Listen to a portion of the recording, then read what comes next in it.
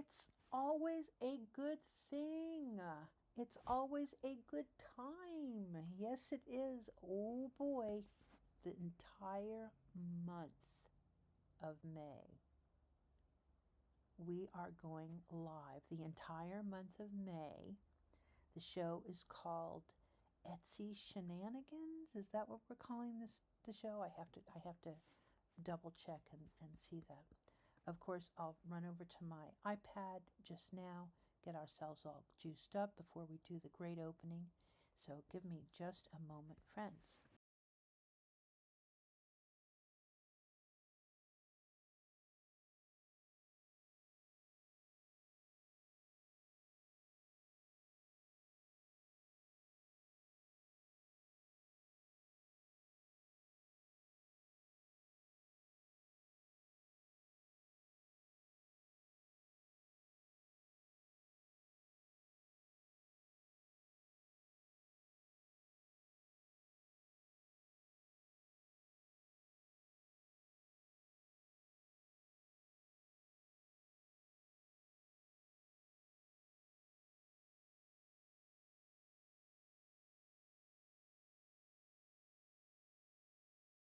Okay, I was right. I was so right. So let's get started.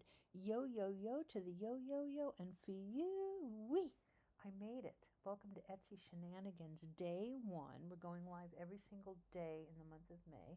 This is my quick live to you guys. Came up with this sort of clever idea.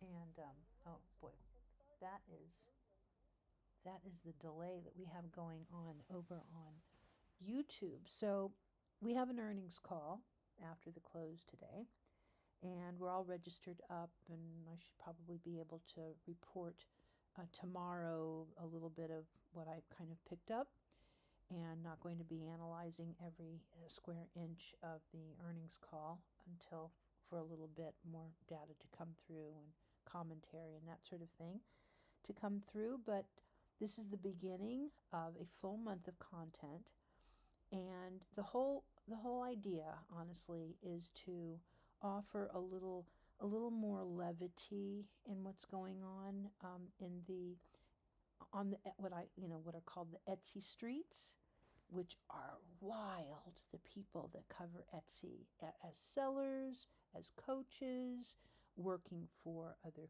third-party apps that people use to understand about their Etsy shop. It is so negative, which is okay, okay? It's all right.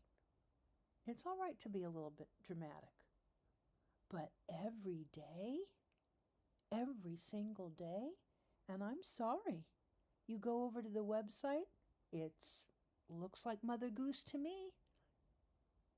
And I don't know where they're finding all of these, the horror stories, the brutality, the nobody can earn anything. I mean, so listen, our shop opens June 25th. So down below it says a little thing about that you're going to be instructed to do a few more things when you come and spend a few minutes with me on YouTube about how to find cool things, how to really use this whole gift mode AI that they have, and start to make it be kind of fun.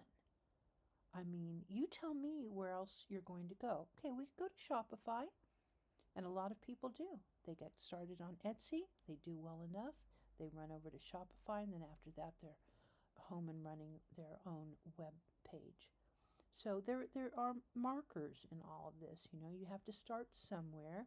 You have to start with something, preferably made with your own hands, which is what we do with the Hazelcroft Littles. Everything is made by hand, and I was hoping today might be the first day that I actually take you down to the studio and I can just walk through setting up my light burn, getting my laser all set up, making sure that I have all my bits and bobs that I need to. Today we are running the letter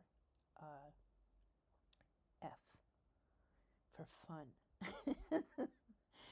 We'll be running a letter every single day, and that will take care of the entire bubble alphabet that we have. And you may have seen pictures of it rolling around on X, where I do some of the social posts.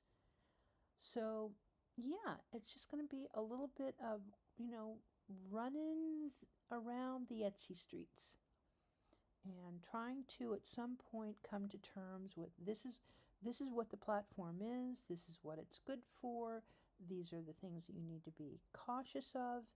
And I do believe, I do know this, if if I can make it kind of an easy thing for shop owners to go live, you're going to be hearing me speak about that quite a bit, because you do have to have some sort of a presence. This is also what challenges the print on demand and the Temus of the world that come on to Etsy and send out bloat on the platform. And it's hard, right? Because the platform needs to have the listings, and they need to have the tension between competitive products. But I think that a lot of the argument is that print on demand seems to have created just this bloat and weird things happening on the platform, counter to coming to Etsy as a creator, designer, builder, in my case, laser engraver, where we're actually doing things with our hands. So I don't know all of it. I've listened to many, many hours of this now, and I still have to kind of side-eye the whole thing, because there's something really weird about people that are selling a third-party app get on and speak so poorly of Etsy, but then if you use their app, somehow you won't be in the same sort of pitiful place that people that are not using the third-party app. And we've heard this before. We see it on YouTube all the time. You need this app and that app in order to succeed on YouTube. So, yeah, we're going to have a little bit of fun, and I hope that you enjoy this vertical format. There will be some playing around with this as time goes on, and I'm pretty happy with it, because you get to have a little bit of a little, as they say, a little relationship with me from days gone by. But from what I'm hearing, this is kind of what people want. They want to see my face and just have some sort of connection like that. However, I'm not selling my face on Etsy, just so you know. I'm not doing that. You're going to be looking, and I hope so much that you fall in love with the Hazelcroft Littles, the purse charms, and the small sentiment tags. And I just hope that you fall in love with them and you want to collect them and pass them on to friends and such like that. So we've got a lot of good things going on. Gemini has been helping me quite a bit. That's the AI platform, Gemini, and kind of crafting what the story feels like, and as we move along. Hazelcroft Farms I have a full studio, and I also have a potter's shed.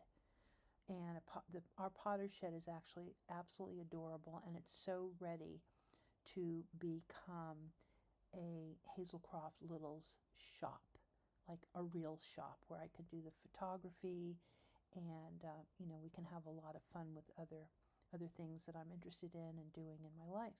So there's some very cool things coming. And when we say Hazelcroft Littles, that's exactly what we mean. These are just small things that I knew that I could design and laser engrave on my laser engraver. How many times am I going to say that?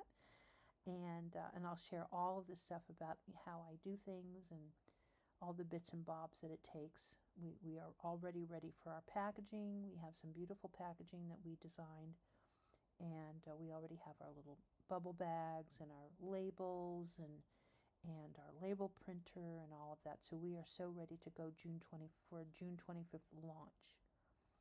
So I will be repeating a lot of what you're hearing me say today so that I can get it all out. How do I introduce Hazelcroft Littles to you guys, and putting some texture around the intention of the store, of the shop actually. So that's what it's going to be all about. So with that, we're going to head down. I'll put you on mute, and I am going to try, actually, to see if we can run a live stream and be able to pull up Lightburn. So I've never done that before. So in a way, I'm a little scared because we'll be on Wi-Fi in both places, and I don't know how OBS is going to treat us with that. So I'm even as I'm speaking to you, I'm like, ooh, should we even try it? Because if I'm halfway through a burn, I'm not going to be very happy if it stops midway, because I was trying to do just too much and just trying to be all shenanigany with you guys. So more than likely we'll kind of wrap it up and do it that way. It's been such a pleasure. Thank you so much, everyone that has stuck it out with me and continues to be modestly interested in the things that I'm interested in. So I will talk to everyone soon. Bye-bye now.